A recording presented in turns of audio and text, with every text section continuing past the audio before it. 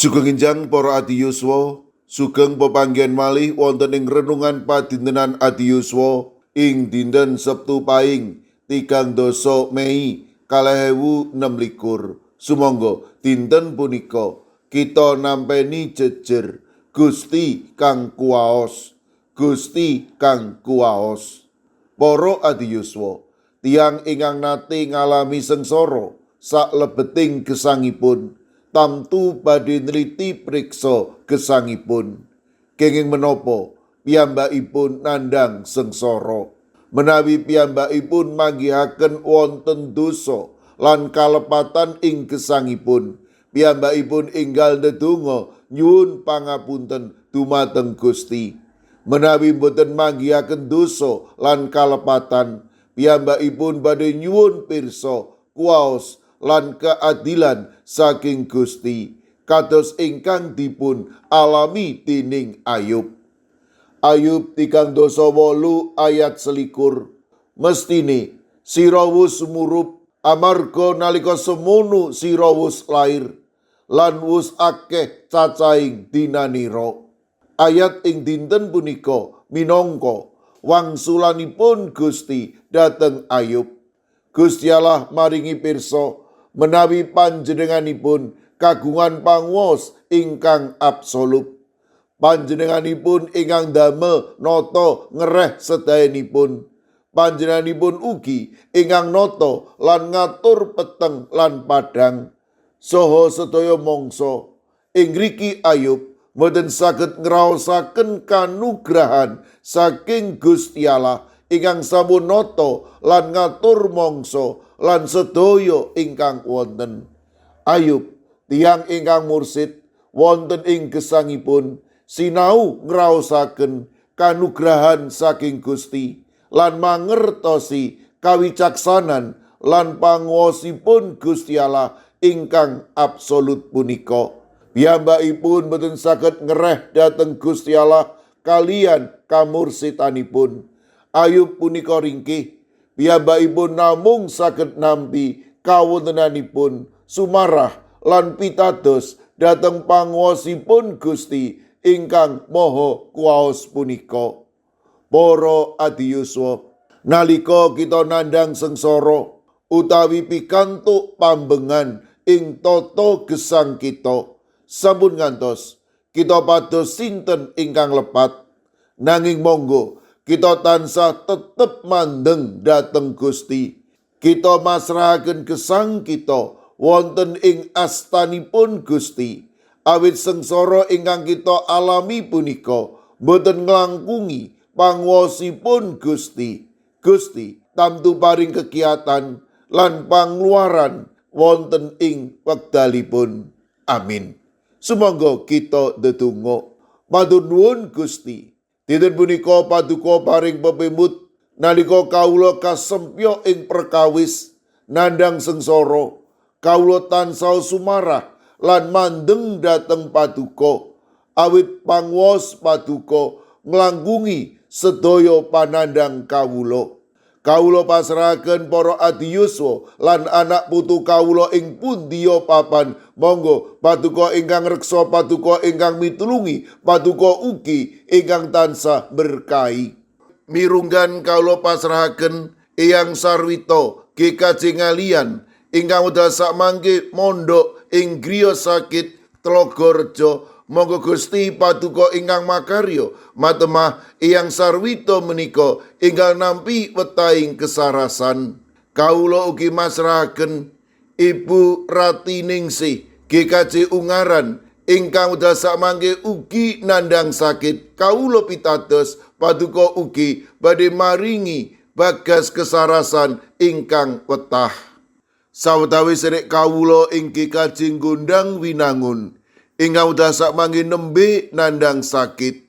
Kawula pasrahaken Ibu Rusminah, Bapak Paryono, Ibu Suwarni, Bapak Karsono, Bapak Marsudi Raharjo, Ibu Lagimin, Bapak Suyatno, Ibu Menik Salio, Bapak Jarod Sukmono, sedherek Agus Supardiono. Kawula pitados paduka ugi ingkang tansah paring kegiatan malah keporo wetahing bagas kesarasan. Lare astama kusala wayah buyutipun Ibu Sukarjo GKJ Plengkung.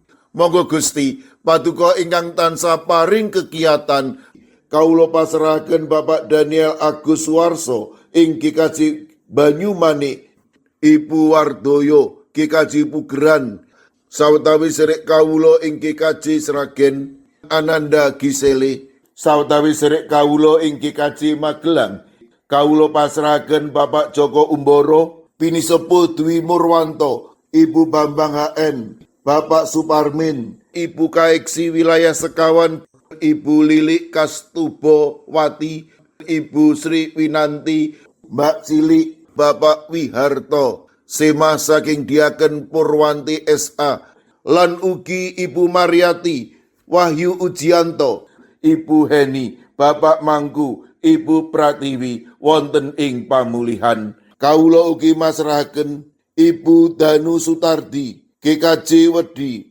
sawetawis sedherek kawula ing GKJ Sukorejo ingkang nembe nandhang sakit, Bapak Sobri Pranoto, Bapak Roger Antoni DL, Bapak Kadaryanto, Bapak Samuel, Ibu Tumini, Ibu Susmi, Ibu Sukarmi, Bapak Untung Basuki, Bapak Adityo, Bapak Winoto, sawetawis sedherek kawula ing GKJ Guntur Geni, Bapak Y Sudenal, Bapak Y Rasidal, Ibu Sartini, Bapak Ibu Supriyono, Ibu Joni, Ibu Daniel Suharyanto, Ibu Pratono, Bapak Stefanus Ngadiono, sedherek kawula ing GKJ Sragen, Bapak Bambang Kristono, Bapak Joko Prayogo, Bapak Tri Nugroho, Bapak Adi Sungkono, Ibu Astuti Purnaningsih, Bapak Warsito Riyadi, Bapak Suyanto, lan Ibu Sumiati.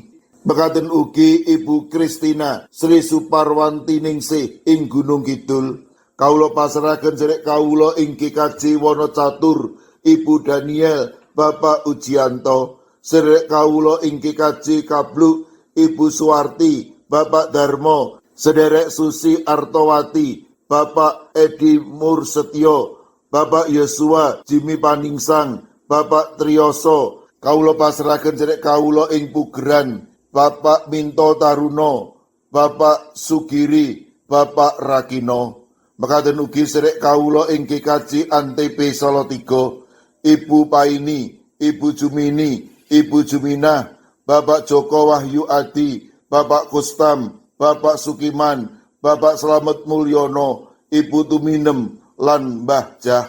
Kawula pasrahaken sedherek kawula ing GKJ Telepok, Ibu Wiryo Sumarto, Bapak Yutam, Bapak Karyadi. Sedherek kawula ing Klaten, Bapak Suranto, Bapak Harsono, Ibu Tiwi Bambang Sutomo. Sedherek kawula ing GKJ Ngablak, Ibu Wahyu Ningsih Wakijan. Sedherek kawula ing GITJ Trangkil Pati, Bapak Ibu Karyo, Bapak Ibu Toyo, Ibu Nani Cahyono. Mekaten ugi kalau pasrahaken Ibu Otniel Ngatius ing Wonosari, Bapak Yohanes Kuncoro ing GKJ Immanuel Solo, Bapak Wijongko ing GKJ Sedayu. Kawula pasrahaken sedherek kawula ing GKJ Wedi, Bapak Sudiat, Bapak Paminto Saputro.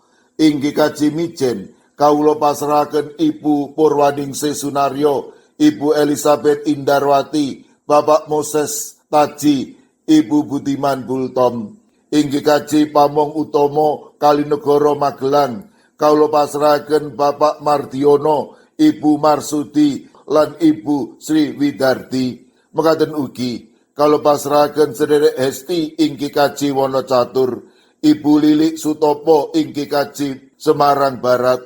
Kawula pasrahaken sedherek kawula ing GKJ Ungaran, Ibu Risti Ningsih, Ibu Dewi Teguh, Ibu Kristini Sunaryo, Ibu Suwartini Hadiono, Bapak Dwi Putro, Ibu Sugito, Bapak Sembiring, Ibu Surisno, Ibu Munarti, Bapak Ibu Tugiman. Kawula pasrahaken Bapak Yohanes Mudadi ing GKJ Tuban. Kawula pasrahaken sedherek kawula ing GKJ Wonosobo, Ibu Endang Sarjono, Bapak Yusuf Sunaryo. Kawula pasrahaken sedek kawula ingkang kajeng gondang winangun Ibu Lasiem lan Eyang Sarwito ingkang kajeng ngalian. Duh Gusti, kawula pasrahaken sinten kemawon ingkang wedal sak mangke nembe nandang sakit lan ing pemulihan. Para adiyuswa ing pundiya papan, monggo paduka ingkang reksa, paduka ingkang mitulungi, matemah sedayanipun menika paduka kiyataken lan paduka paringi bagas kesarasan ingkang wetah. Kawula pasrahaken sedaya pandonga pasambat kawula wonten ing asta paduka Gusti kawula Yesus Kristus. Amin. Sumangga para adiyuswa kita tutup pepanggihan kita renungan padintenan adi yuswa kanthi ngrepekaken kidung. Sumangga.